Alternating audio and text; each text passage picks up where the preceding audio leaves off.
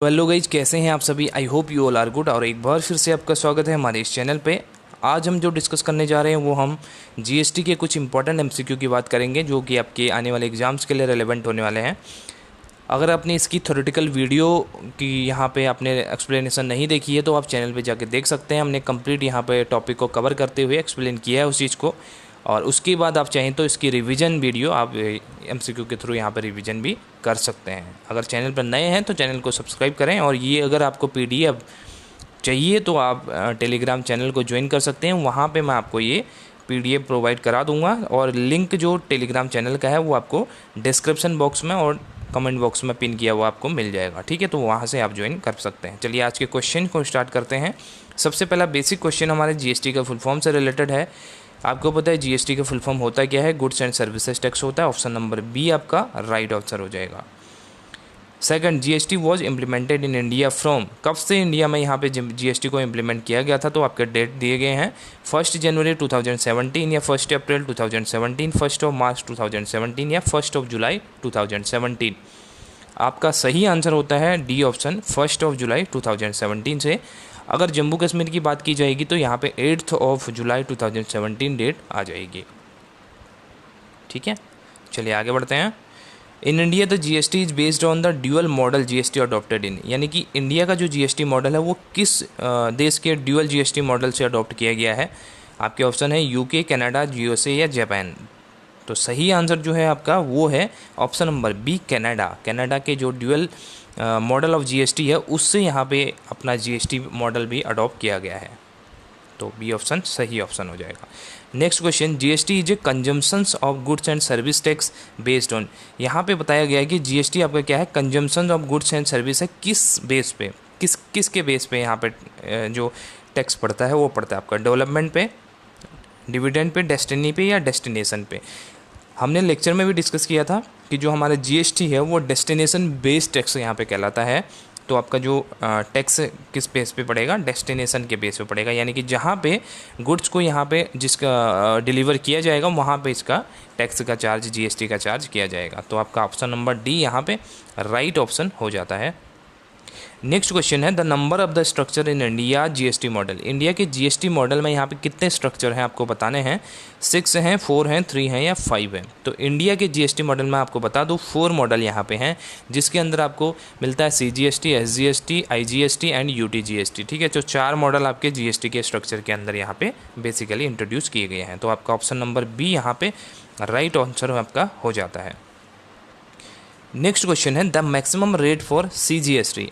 यहाँ पे हमने पढ़ा था, अलग अलग पढ़े थे हमने, एसजीएसटी पढ़ा था, सीजीएसटी पढ़ा था, आईजीएसटी पढ़ा था। ठीक है, और साथ में हमने यूटीजीएसटी भी यहाँ पे पढ़ा था। तो सीजीएसटी की यहाँ पे बात की जा रही है कि सीजीएसटी के अंदर मैक्सिमम कितने रेट से आप जीएसटी चार्ज कर सकते हैं। आपके ऑप्शंस हैं 28%, 12%, 18% या 20%। तो इसका सही आंसर जो है आपका है 20% आपका मैक्सिमम यहाँ पे सीजीएसटी के अंदर रेट होता है। ठीक है, चलिए नेक्स्ट क्वेश्चन की तरफ बढ़ते हैं। GST rates applicable on the goods and services are. यहाँ पे बताया गया है कि जो आपके गुड्स एंड सर्विसेज पे हैं जीएसटी किस रेट से यहाँ पे एप्लीकेबल होता है। यहाँ पे देखिए अलग अलग रेट्स आपको प्रोवाइडेड हैं। 05, 12, 18, 26, 06, 12, 18, 28, 05, 12, 18, 28 एंड 05, 12, 16, 28। हमने पहले भी डिस्कस किया है, लेक्चर में भी बहुत अच्छे से डिस्कस किया था। मैंने बताया भी था कि अब अगर आपको ऑप्शंस आपको अगर किस तरह के दिए कि आपको वैसे चूज करना पड़ेगा, तो इसका ऑप्शन नंबर सी आपका सही हो जाएगा, जहाँ पे आपको 5, 12, 18 और 28 दिया है और 0% भी आपको यहाँ पे दिया गया है। तो आपका सही आंसर जो हो जाएगा वो हो जाएगा सी, क्योंकि बाकी ऑप्शंस आपके गलत हैं। तो आपका ऑप्शन नंबर सी यहाँ पे राइट हो जाएगा। इसको टैक्स के रेट को आप अच्छे से याद कर लेना। 5, 12, 18, 28 तो है ही है, साथ में आपके 0% था। इसके एडिशनल भी आपके पास टैक्स रेट थे, जो कि थे क्या क्या थे आपके, अगर आपको याद हो तो 0.25% का भी रेट था एंड 3% का भी यहाँ पे 2 रेट और एडिशनल यहाँ पे हैं। ठीक है, चलिए अब बढ़ते हैं आगे और देखते हैं नेक्स्ट क्वेश्चन को। नेक्स्ट क्वेश्चन है, taxes that are levied on any intra state purchases are. अगर हमने बात करी इंट्रा स्टेट परचेज की, तो वहाँ पे आपको कौन सा टैक्स यहाँ पे लगाना पड़ेगा, कौन सा जीएसटी का पेमेंट करना पड़ेगा। दो तरह के यहाँ पे आपके सिनेरियो हो सकते हैं। एक आपका हो सकता है इंटर स्टेट और एक हो सकता है इंट्रा स्टेट। इंट्रा स्टेट का मतलब है विद इन द स्टेट, यानी कि उसी स्टेट के अंदर। मैंने एग्जाम्पल्स भी दिए थे आपको कि उत्तराखंड की अगर मैं बात करूँ तो मैंने कहा था उधम सिंह नगर और नैनीताल डिस्ट्रिक्ट को मैंने लिया था, तो वो था हमारा इंट्रा स्टेट की बात। तो वहाँ पे हमने कौन से टैक्स को यहाँ पे लगाने की बात करी थी, हमने दो टैक्स की बात करी थी, CGST एंड SGST, जब हम इंट्रा स्टेट की बात यहाँ पे करते हैं। ठीक है, तो आपका सही आंसर क्या हो जाएगा, option number B will be your right answer. चलिए नेक्स्ट क्वेश्चन की तरफ देख लेते हैं। What does I in IGST stand for. IGST की भी बात भी हमने की थी। इंटर स्टेट सप्लाई के लिए इसको यूज किया जाता है। जब आप एक स्टेट से दूसरे स्टेट में यहाँ पे गुड्स को सप्लाई करते हो तो उस केस में IGST चार्ज किया जाता है। तो IGST में जो आई है वो क्या डिनोट करेगा, आपका इंटरनल डिनोट करता है, इंटीग्रेटेड डिनोट करेगा, इंटरनल करेगा या इंट्रा डिनोट करेगा। जैसे कि हमने पहले भी हम बार बार बोल चुके हैं कि हम IGST को क्या बोलते हैं, integrated goods and services tax. तो ये आपका क्या आ जाएगा, integrated, I stand for integrated. तो आपका यहाँ पे option number B will be right. तो ये आपका ऑप्शन नंबर बी सही होता है। नेक्स्ट क्वेश्चन आपका है, which of the following tax is not subsumed in GST, यानी कि इनमें से ऐसा कौन सा टैक्स है जो एलिमिनेट नहीं किया गया GST के अंदर, यानी कि जो अभी भी यहाँ पे लगता है। ऐसा कौन सा आपका टैक्स है।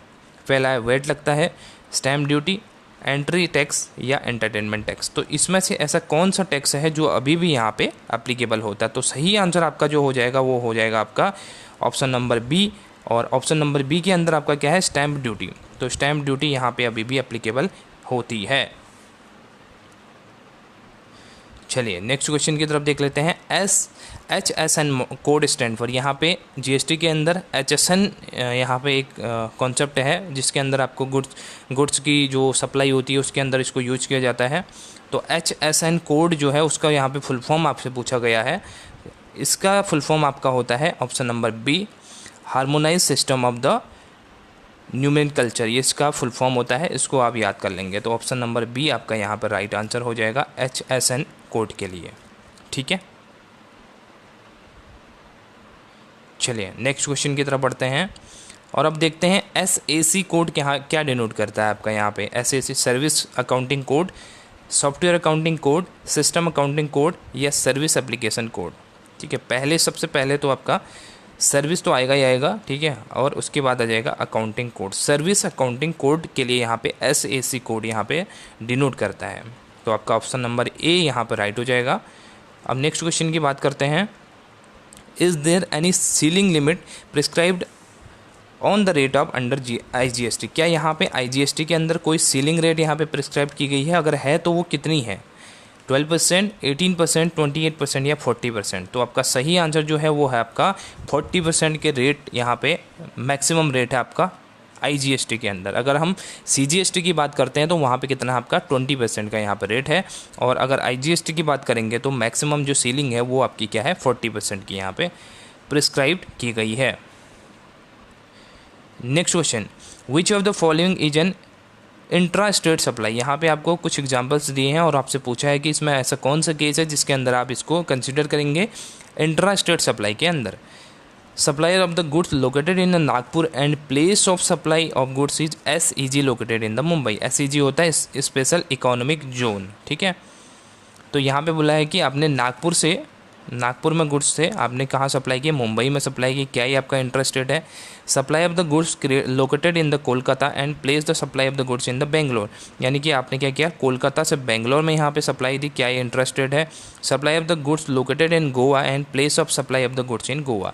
तो आपका सही आंसर आपको पता लग गया होगा, आपका ऑप्शन नंबर सी आपका सही है, क्योंकि आप क्या कर रहे हो, इंट्रा स्टेट कर रहे हो। इंट्रा स्टेट के अंदर विद इन द स्टेट की बात हम करते हैं तो गोवा के अंदर से ही हम गोवा में ही यहाँ पे गुड्स की सप्लाई दे रहे हैं। तो आपका ऑप्शन नंबर सी यहाँ पे इंट्रा स्टेट सप्लाई वाला केस बन जाएगा। ठीक है, सी ऑप्शन आपका सही आंसर है। चलिए नेक्स्ट क्वेश्चन की बात करते हैं। Which form is to be used for registration. अब आप GST का जब रजिस्ट्रेशन करते हो, मैंने कहा था 15 डिजिट का आपका GST मिलता है आपको, ठीक है, तो उसकी जब रजिस्ट्रेशन प्रोसेस आप करते हो तो उसके अंदर आपको कौन सा फॉर्म यहाँ पे फिल आउट करना होता है।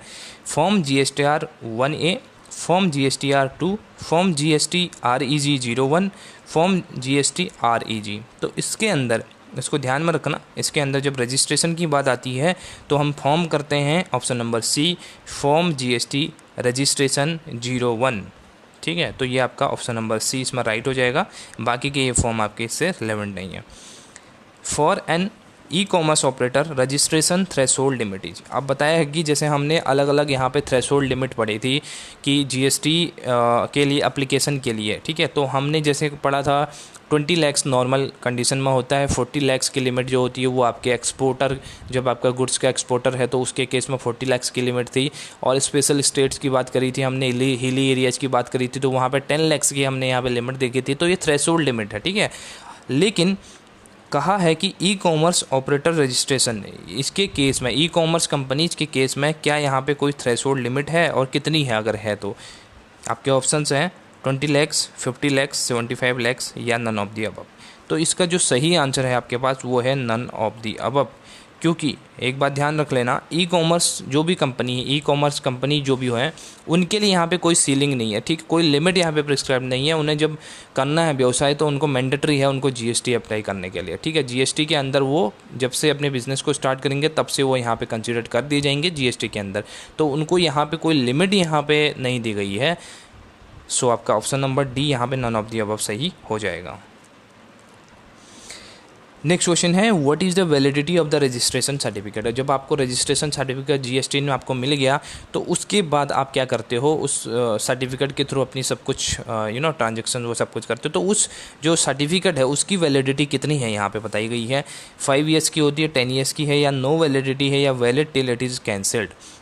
तो आपका सही आंसर क्या हो जाएगा, आपका सही आंसर होगा ऑप्शन नंबर डी, क्योंकि इसकी वैलिड जो है इसकी जो वैलिडिटी है उसकी कोई टाइम लिमिट नहीं है, बट जब इसको कैंसिल कर दिया जाएगा तो तब इसकी टाइम लिमिट ख़त्म हो जाएगी। अदरवाइज ये आपका इसकी कोई यहाँ पे प्रिस्क्राइब टाइम लिमिट यहाँ पे नहीं दी गई है, ठीक है। तो ये वैलिड तब तक है जब तक आपका कैंसिल नहीं होता है। अगर आप ऐसी कोई एक्टिविटी करते हो जिससे आपका यहाँ पे जीएसटी सर्टिफिकेट आपका कैंसिल कर दिया जाता है तो उस दिन से फिर आपका वो वैलिड नहीं रहेगा। तो आपका ऑप्शन नंबर डी इसमें सही हो जाता है। चलिए नेक्स्ट क्वेश्चन की बात करते हैं, how a person can apply for registration. अब यहाँ पे प्रोसेस की बात करी गई है, कैसे आप रजिस्ट्रेशन कर सकते हैं अपने जीएसटी के लिए अप्लाई करने इस वक्त। फर्स्ट ऑप्शन है आपका filling form GSTREG1 along with the necessary documents with the jurisdictional proper officer, पहला ऑप्शन आपका ये है। दूसरा है filling form GSTREG1 electronically in the common portal and uploading the required document along with the application. C option आपका बनता है uploading necessary document electrically in the common portal and also submitting manually to the jurisdictional proper office, या none of the above. तो इसका सही answer आपको पहले गलती से पहले ही दिख गया, वो था ऑप्शन नंबर बी, क्योंकि इसके अंदर आप क्या करते हो, मैंने पहले ही कहा था इसके अंदर आप सेल्फ रजिस्ट्रेशन कर सकते हो, ठीक है, ऑनलाइन पोर्टल के माध्यम से कर सकते हो। तभी हमने इसमें डिफरेंट टाइप के जो बेनिफिट हैं उनको भी यहाँ पे डिस्कस किया था, जैसे हमने कहा था ट्रांसपेरेंसी है यहाँ पे, ठीक है, और सर्टेनिटी है हमारी कि हमें कब करना है रजिस्ट्रेशन, कब यहाँ पे फाइल करनी है रिटर्न, या इस तरह से सब कुछ सर्टेन है।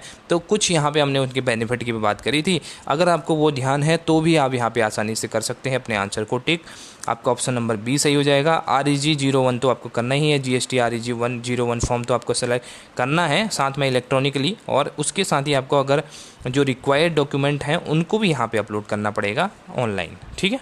तो इस तरह से आप अप्लाई कर पाएंगे अपने GST नंबर के लिए, और वो अप्रूवल हो जाएगा तो आपको प्रोवाइड कर दिया जाएगा आपका GST नंबर, ठीक है। चलिए इसका ऑप्शन नंबर बी सही था।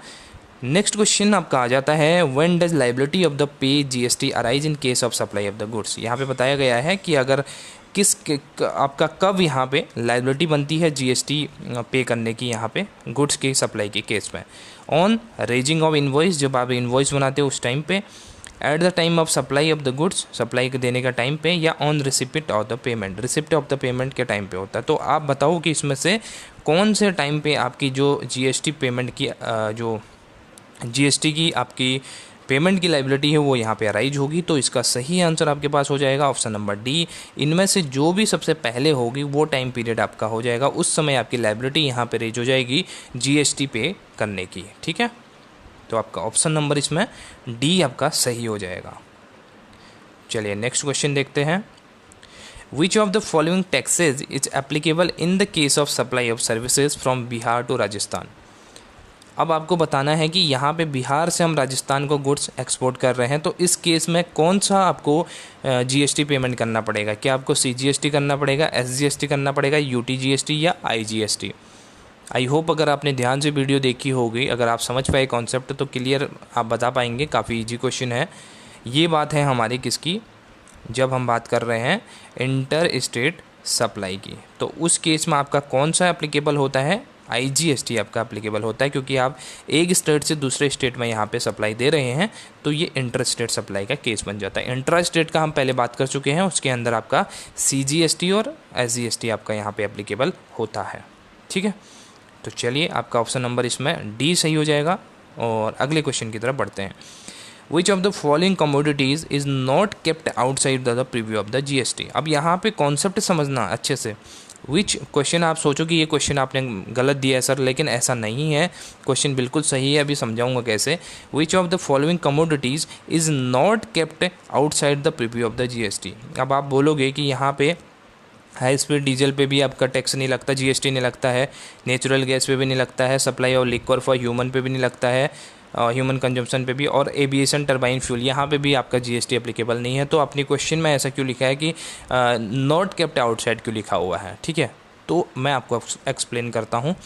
देखिए, इसका सही आंसर पहले तो आपका ऑप्शन नंबर सी हो जाएगा, supply of liquor for human consumption. अब यहाँ पे मैंने आपको 2 केसेस बताए थे, अगर आपको याद हो तो। उस केस में मैंने कहा था कि अगर केप्ट आउटसाइड का क्या मतलब है, kept outside of GST preview का मतलब है कि उनको अभी फ़िलहाल के लिए साइड रखा गया है, जब ज़रूरत पड़ेगी तो उन पर टैक्स अप्लाई कर दिया जाएगा। ये मैंने आपको पहले भी बताया था। और दूसरा जो ह्यूमन कंजम्पशंस के लिए लिक्वर है, इसको कम्प्लीटली ये आउट ऑफ स्कोप है, जीएसटी के स्कोप से ही बाहर है, तो इसको हम क्या कहेंगे, नॉट केप्ट आउटसाइड बिजनेस कह सकते हैं हम इसको। ठीक है, क्योंकि यहाँ ये जो चीज़ें हैं इनको कभी भी जीएसटी के दायरे में लाया जा सकता है, except supply for liquor for supply of liquor for human consumption, यानी कि लोगों के पीने वाले जो लिक्वर होता है, शराब होती है लोगों के पीने के लिए, तो वो जो है जीएसटी के स्कोप से बाहर है। इसके लिए यहाँ पे क्वेश्चन आप दोबारा पढ़िए, विच of the following commodities is not kept outside the preview of the GST. ठीक है, इसको यहाँ पे जीएसटी के प्रीव्यू से बाहर नहीं रखा गया है, बल्कि इसको स्कोप ही नहीं है जीएसटी के अंदर इसका। ठीक है, तो ये 4 ऑप्शन जो है, ये 3 ऑप्शन जो हैं, ये आपके हैं प्रीव्यू, ये आपके जीएसटी के प्रीव्यू से बाहर है फ़िलहाल के लिए। और जब इन पे ज़रूरत पड़ेगी तो गवर्नमेंट यहाँ पे क्या करेगी, अपना अमेंडमेंट लाएगी और जीएसटी एप्लीकेबल हो जाएगा। बट इसके केस में यहाँ पे ये स्कोप से बाहर है। तो आपका राइट आंसर क्या हो जाएगा, option number C will be your right answer. चलिए नेक्स्ट क्वेश्चन है, liability to pay the tax by the recipient of supply of the goods और सर्विस इज कॉल्ड। यहाँ पे बताया गया है कि जो आपका रेसिपिएंट है, अगर वो हो टैक्स पे करता है किसके केस में, supply of goods and services के केस में, तो उसको क्या कहा जाएगा, आउटपुट टैक्स कहा जाएगा, रिवर्स चार्ज कहा जाएगा, इनपुट टैक्स कहा जाएगा, या नन ऑफ द अबव। तो इस केस में आपका क्या हो जाएगा, right answer reverse tax, reverse charge जो बोलते हैं वो आपका हो जाएगा, क्योंकि इसमें रेसिपिएंट आप क्या कर रहा है, टैक्स का पेमेंट की लाइबिलिटी उसकी बनती है टैक्स के पेमेंट की, तो इस केस में इसको रिवर्स चार्ज कहा जाता है। Option number B right answer आपका हो जाएगा। अब बात आती है आपके वोटिंग राइट्स की। In the GST council meetings the vote of the central government shall have a weightage of. हमने काफ़ी अच्छे से डिस्कस किया था कि यहाँ पे सेंट्रल का कितना पार्ट है वोटिंग राइट्स में, और यहाँ पे बाकी के जो स्टेट्स हैं उनका कितना पार्ट है यहाँ पे। तो आपको पहले बताना है सेंट्रल गवर्नमेंट का यहाँ पे कितना पार्ट है वोटिंग राइट्स में, 1/3 है, 1/2 है, या 2/3 है। तो आप बताएंगे इसका सही आंसर। तो इसका सही आंसर आपके पास हो जाता है 1/3 वोटिंग राइट जो है वो सेंट्रल के पास है यहाँ पे। तो ऑप्शन नंबर ए आपका राइट आंसर हो जाएगा। चलिए अब बात करते हैं स्टेट्स की। अब यहाँ पे बात करी है हमने, सेंट्रल की बात करी थी, अब बात करी गई है स्टेट गवर्नमेंट की। स्टेट गवर्नमेंट के अंडर यहाँ पे कितना राइट है, कितना वोटिंग राइट यहाँ पे गवर्नमेंट के अंदर है, तो वो आपका हो जाएगा। देखिए यहाँ पे बात क्या है, टोटल मान के चलो 3 टोटल मान लिया, 1/3 आपने दे दिया किसको, सेंट्रल गवर्नमेंट को, बचा कितना 2/3 स्टेट गवर्नमेंट को दे दो। ठीक है, तो इस तरह से आपका 2/3 वोटिंग राइट किसके पास आ गया, स्टेट के पास आ गया। तो आपका ऑप्शन नंबर यहाँ पे सी सही हो जाएगा, 2/3। ठीक है, चलिए अब नेक्स्ट क्वेश्चन को देख लेते हैं। The rate of IGST is equal to the rate of, यहाँ पे बोला है कि जो IGST का रेट है वो किसके इक्विवेलेंट है, आपके CGST के है, SGST के है, CGST plus rate of SGST है, या CGST प्लस UTGST है। तो अब आप बताइए इसका रेट क्या है। देखिए हमने थोड़ी देर पहले डिस्कस किया था एक कॉन्सेप्ट, अगर आपको याद हो तो आप इसका आंसर आसानी से दे पाएंगे। इसका आंसर तो है सी। कैसे है, यहाँ पे बात करी गई है IGST की। हमने क्या बात करी थी कि IGST की जो सीलिंग लिमिट है वो कितनी है, यहाँ पे 40% की, अभी अभी हमने डिस्कस किया है। और CGST की भी हमने यहाँ पे बात करी थी, कितनी है, 20% है, ठीक है। और SGST की भी यहाँ पे 20% ही होती है। और हम इन दोनों को जोड़ दें तो ये कितनी बन जाती है, 40% बन जाती है, यानी कि IGST की लिमिट बन जाती है। इसलिए कहा क्या गया है कि IGST की लिमिट किसके इक्वल है, CGST में अगर हम प्लस कर देते हैं SGST के रेट को 20-20-40, इस तरह से आपका क्या हो जाएगा, IGST का रेट इसके इन दोनों के रेट के इक्विवेलेंट हो जाएगा। तो आपका ऑप्शन नंबर सी इसमें सही हो जाता है। Next question, the incidence of the tax on tax is called. इस कॉन्सेप्ट को भी हमने डिस्कस किया था अपने लेक्चर में, कि हमने देखा था कि जब पहले के टाइम पे जब वन नेशन वन टैक्स नहीं था तो उस टाइम पे क्या होता था कि हमें टैक्स के ऊपर टैक्स पड़ जाता था, ठीक है। जैसे हमने रॉ मटेरियल परचेज करोगे उस समय आप टैक्स दोगे, उसके बाद प्रोडक्शन पर टैक्स दोगे, उसके बाद सप्लाई पर टैक्स दोगे, उसके बाद फाइनल कंज्यूमर के पास जाएगा तब आप टैक्स का पेमेंट करोगे। तो इतने सारे आप टैक्सेस का पेमेंट करते थे। तो उस केस में यहाँ पे क्या होता था, और इनको क्या बोलते हैं, मल्टी पॉइंट टैक्सेस यहाँ पे बोला जाता था। अब सिंगल पॉइंट टैक्सेस है GST के अंदर, ठीक है। तो टैक्स पे टैक्स पड़ने की जो स्थिति होती थी उसको हमने डिस्कस किया था, उसको बोलते थे कास्केडिंग इफेक्ट। तो टैक्स कास्केडिंग जिसको बोला जाता है, टैक्स के ऊपर टैक्स को पढ़ना। तो आपका ऑप्शन नंबर ए इसमें राइट ऑप्शन हो जाता है, ठीक है। चलिए नेक्स्ट क्वेश्चन है, the tax which was not merge into GST, यानी कि इनमें से आपको बताना है कौन सा ऐसा टैक्स है जिसको मर्ज नहीं किया गया है GST के अंदर, ठीक है। हमने थोड़ी देर पहले एक टैक्स की और बात करी थी, किसकी, स्टैम्प ड्यूटी का, अगर आपको याद हो तो। उसके अलावा यहाँ पे एक टैक्स और है जिसको यहाँ पे GST के अंदर मर्ज नहीं किया गया है। वो टैक्स यहाँ पे कौन सा है, काउंटर वेलिंग ड्यूटी है, एक्साइज ड्यूटी है, बेसिक कस्टम ड्यूटी है, या परचेज टैक्स है। तो मैं आपको बताऊँ तो इसका सही आंसर हो जाएगा बेसिक कस्टम ड्यूटी, क्योंकि कस्टम ड्यूटी अभी भी यहाँ पे एप्लीकेबल है, ठीक है। अगर कोई भी यहाँ पे सामान हम फॉरेन से यहाँ परचेज करते हैं तो उस पर यहाँ पे कस्टम ड्यूटी पे करनी पड़ती है, GST प्लस कस्टम ड्यूटी यहाँ पे करनी पड़ेगी, तब जाके आपका वो इम्पोर्ट किया जाएगा, ठीक है। तो आपका ऑप्शन नंबर सी यहाँ पे राइट हो जाएगा, basic custom duty. Next question देखते हैं, goods which get input tax credit without being liable to collect output tax is called. यहाँ पे कहा गया है कि आपका जो गुड्स हैं आपके इनपुट टैक्स क्रेडिट के अंदर, जिनके अंदर क्या है आपका liable to collect output tax के लिए जो लाइबल हैं, तो उनको यहाँ पे क्या कहा जाता है, एग्जम्प्टेड गुड्स कहा जाता है, वाइट गुड्स कहते हैं, सिन गुड्स कहते हैं, या जीरो रेटेड गुड्स कहते हैं। तो आपका सही आंसर जीरो रेटेड गुड्स है, जिसकी हमने बात करी थी कि हमने कहा था कि कुछ गुड्स ऐसे भी हैं जिन पे 0% का टैक्स भी यहाँ पे लगता है। हमने अभी टैक्स के रेट में भी डिस्कस किया था, जिसमें हमने कहा था 0%, 5%, 12%, 18%, 28% हमने इनकी बात करी थी। तो उसमें 0% को भी इसको इंक्लूड किया गया था, तो इसको बोलेंगे जीरो रेटेड गुड्स, ठीक है। तो इसका सही आंसर आपका क्या बन रहा था, ऑप्शन नंबर डी आपका यहाँ पे बनता है, ठीक है। Next question, the tax invoice should be issued dash the date of supply of the service. यहाँ पे बोला गया है कि आपको जो टैक्स इनवॉइस है वो गुड्स के सप्लाई करने के कितने दिन के अंदर यहाँ पे इश्यू कर दिया जाना चाहिए, within 30 days, within 1 month, within 15 days, या ऑन मतलब उसी टाइम पे। तो आपका जो सही आंसर इसका बनता है वो आपका ऑप्शन बनता है ऑप्शन नंबर ए। आप 30 दिन के अंदर, जब आपने गुड्स का सप्लाई दे दी उसके 30 दिन के अंदर आपको टैक्स इनवॉइस यहाँ पे जनरेट करना होगा, और जो आपके सप्लायर है उसको इश्यू यहाँ पे करना होगा। तो इसका सही आंसर आपका ऑप्शन नंबर ए यहाँ पे हो जाता है, ठीक है। चलिए आज के ये क्वेश्चंस यहीं पे ख़त्म होते हैं। मेन क्वेश्चंस मैंने यहाँ पे कवर कर लिए हैं आपके हर एस्पेक्ट से।